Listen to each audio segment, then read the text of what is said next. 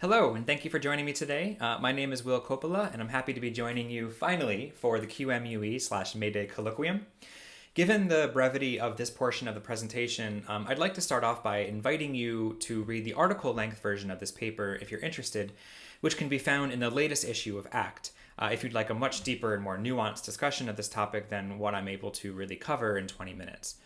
You can access that paper by pointing your smartphone camera at the QR code here. Now, with that said, let's dive right in. So over the years, social media has increasingly become a vital backdrop for the collective dialogue across our field.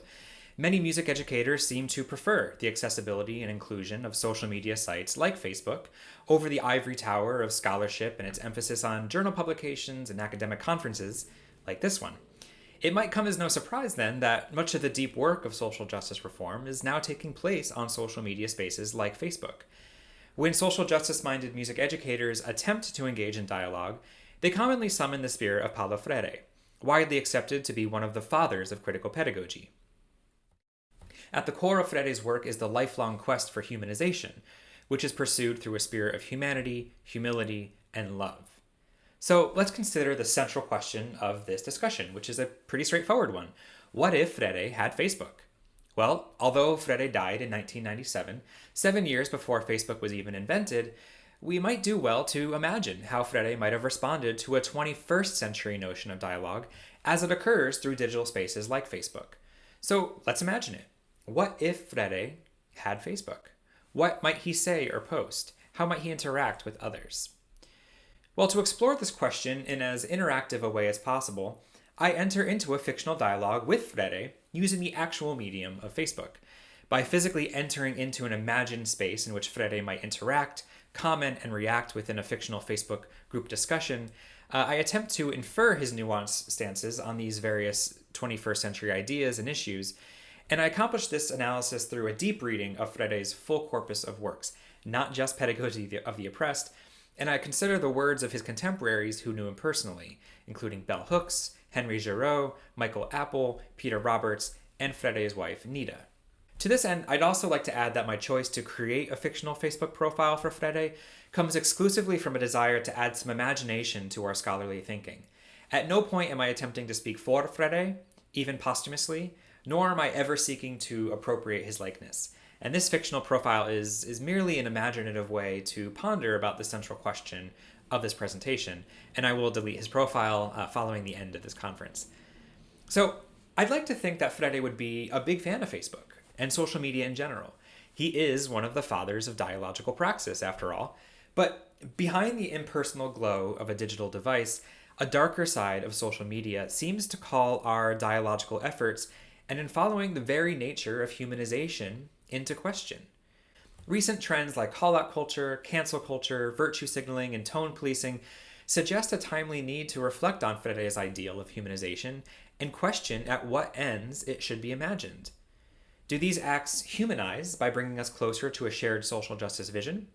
Or might they dehumanize by impeding on our dialogical ethos? So the goals of this provocation are therefore twofold. First, I seek to specifically challenge privileged voices' dominant wielding of Freire's writings to support dialogical behaviors that I think err on the side of dehumanization. To this end, I highlight two opposing yet equally debasing tactics through which concepts of Freirean dialogue are either misconstrued or altogether disregarded. One in which self-condoned, hostile, and self-interested interactions are rationalized to be morally agreeable in the name of so-called wokeness. Or alternatively, where knee-jerk defensiveness among privileged professionals, practiced through tone policing and general fragility, centers their personal comfort over the social injustices experienced by marginalized groups. Through encounters with either, Freirean dialogue just can't function. As my second goal, for those who wish to commit themselves more meaningfully to social change, I offer a reframed approach for engaging in the emancipatory potentials of dialogue through the exemplar of Paulo Freire, a man whose legacy was built on humanity, humility, and love. Now, while social media may be at times impersonal, it's certainly not apolitical. Through social media, our identities can be either reinforced or masked through a self-curated online presence. Now, my positionality as a white, male, middle-class, heterosexual, able-bodied, older millennial situates me within a privileged social position as both a music educator and social media user. And my choice to present my social media image congruently with my physical identity allows for the social privileges I experience in everyday life to also extend to my online identity as well. And in naming my positionality, I also recognize that I can't ethically attempt to speak of this topic on behalf of any marginalized voice. However, I do believe that privileged scholars like myself have an ethical obligation to engage in this work to the extent that is appropriate.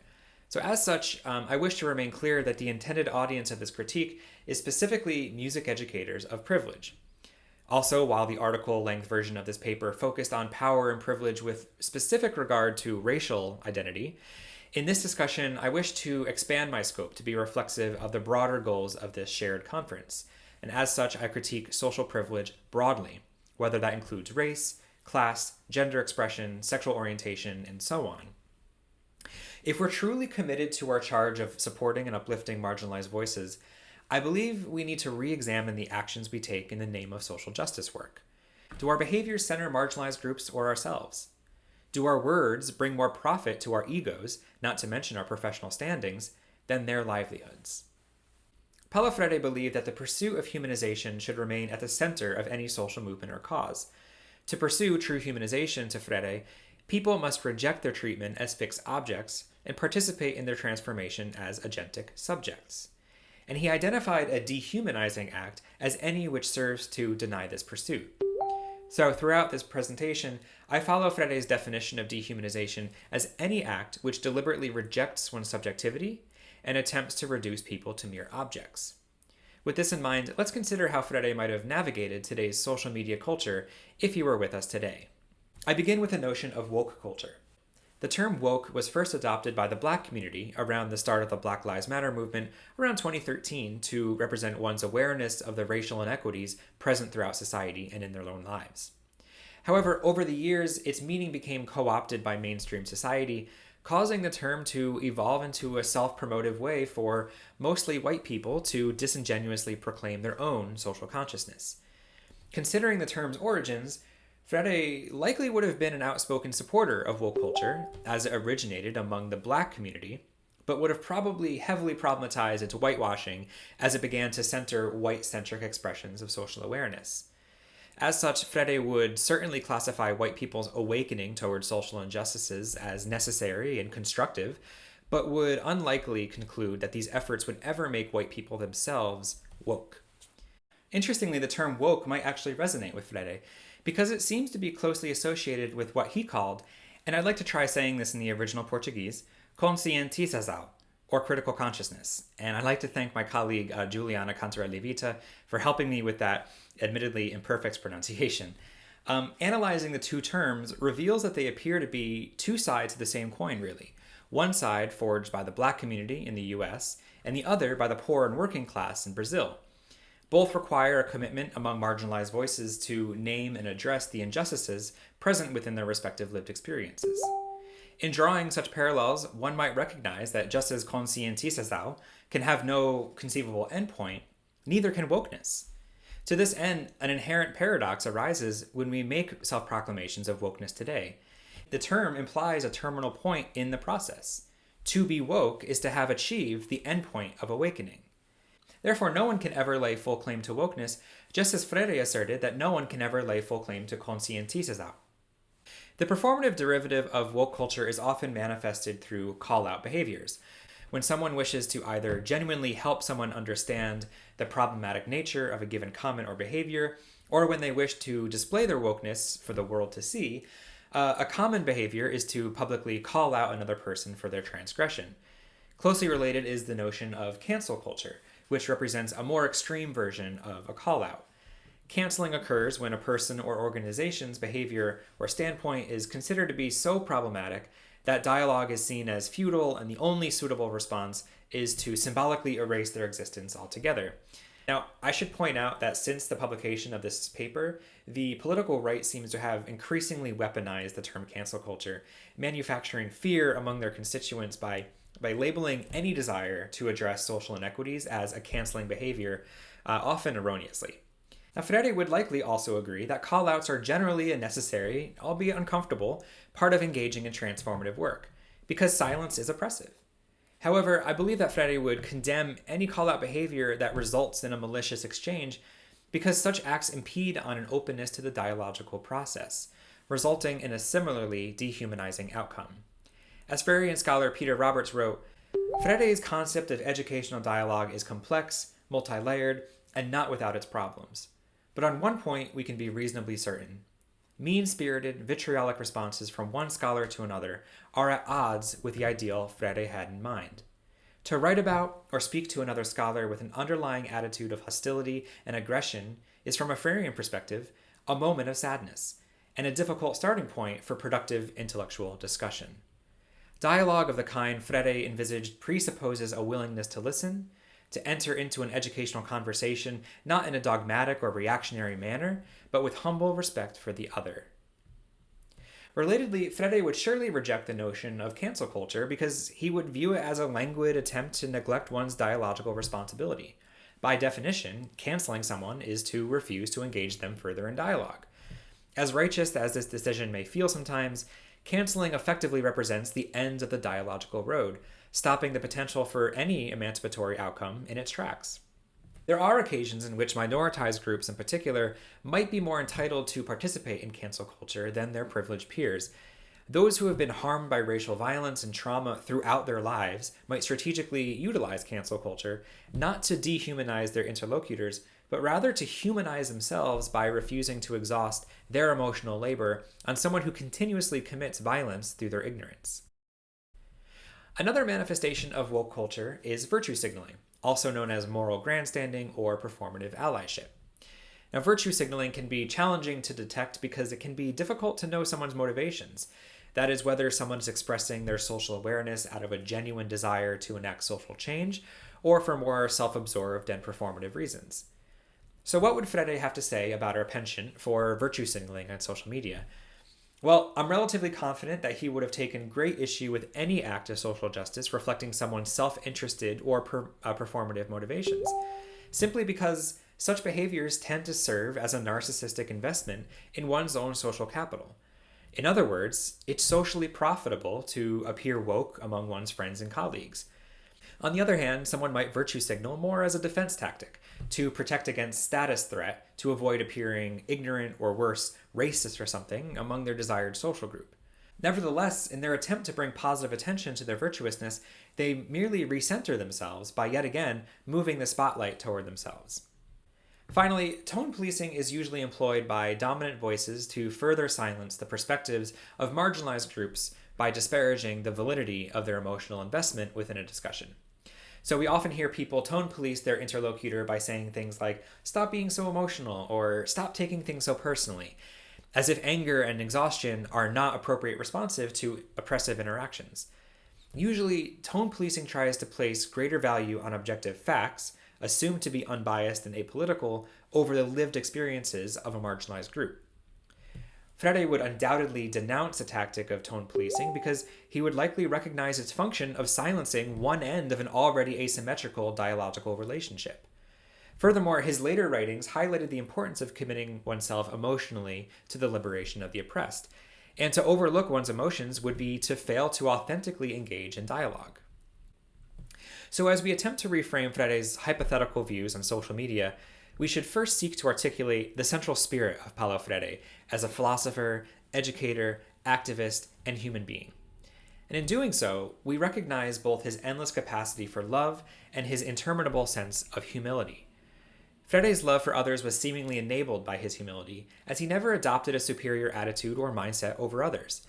As he wrote, quote, "Humility expresses one of the few certainties that I'm sure of, namely, that nobody is superior to anybody else."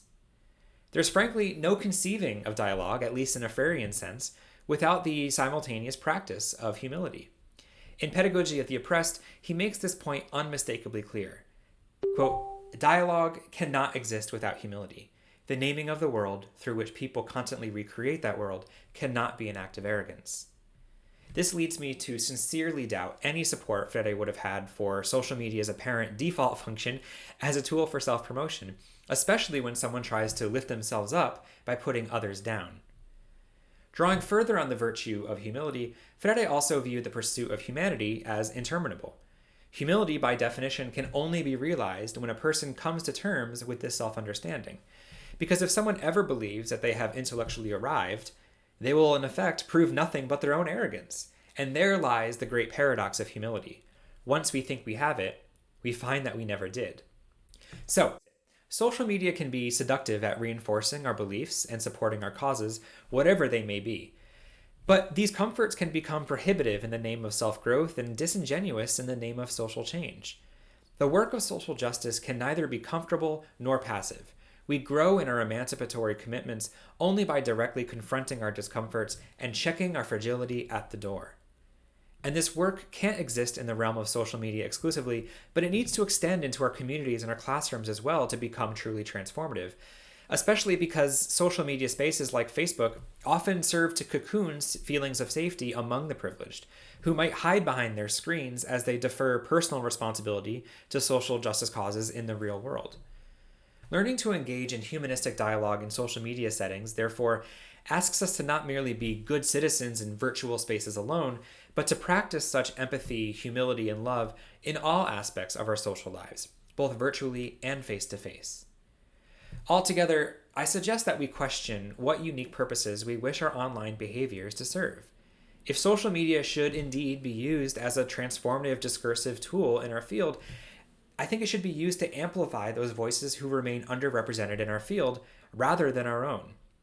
When a person of privilege expresses their social awareness through self-proclamations of wokeness, they hog the playing field and recenter the spotlight back to privilege once again. Engaging with others through the potentially impersonal format of social media requires scrutinizing our interpersonal commitments to one another in the process. Depending on one's experience and comfort with engaging with social justice work, privileged educators can easily silence any dialogue through their fragility or hostility alike.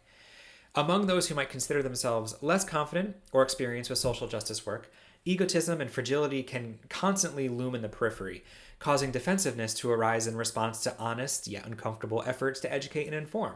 But fragility, defensiveness, and deferred accountability cannot make for social change, so they need to be addressed before further progress can be made.